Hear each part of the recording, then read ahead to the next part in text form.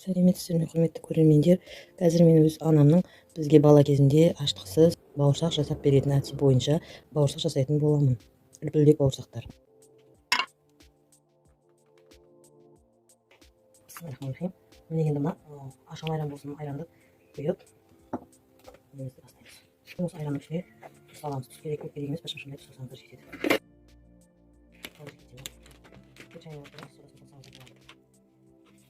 Тұзымыз разрыхитель, айран ішін жақсы сұрап көтергенше біріндеп араластырамыз. Осылай жақсы сұрап араластырып алыңыздар. Одан кейін себелеп жаңағы ұнымызды айранмен сол араластырып алсаңда ол жерге ұнды жайлап саламыз. Енді мына аздау, мен тағы да қазір үстінен ұн саламын. Қамырды тым қатты алмай, жұмсақтау билеңіздер. Міне бірінші осылай қасықпен жасалған.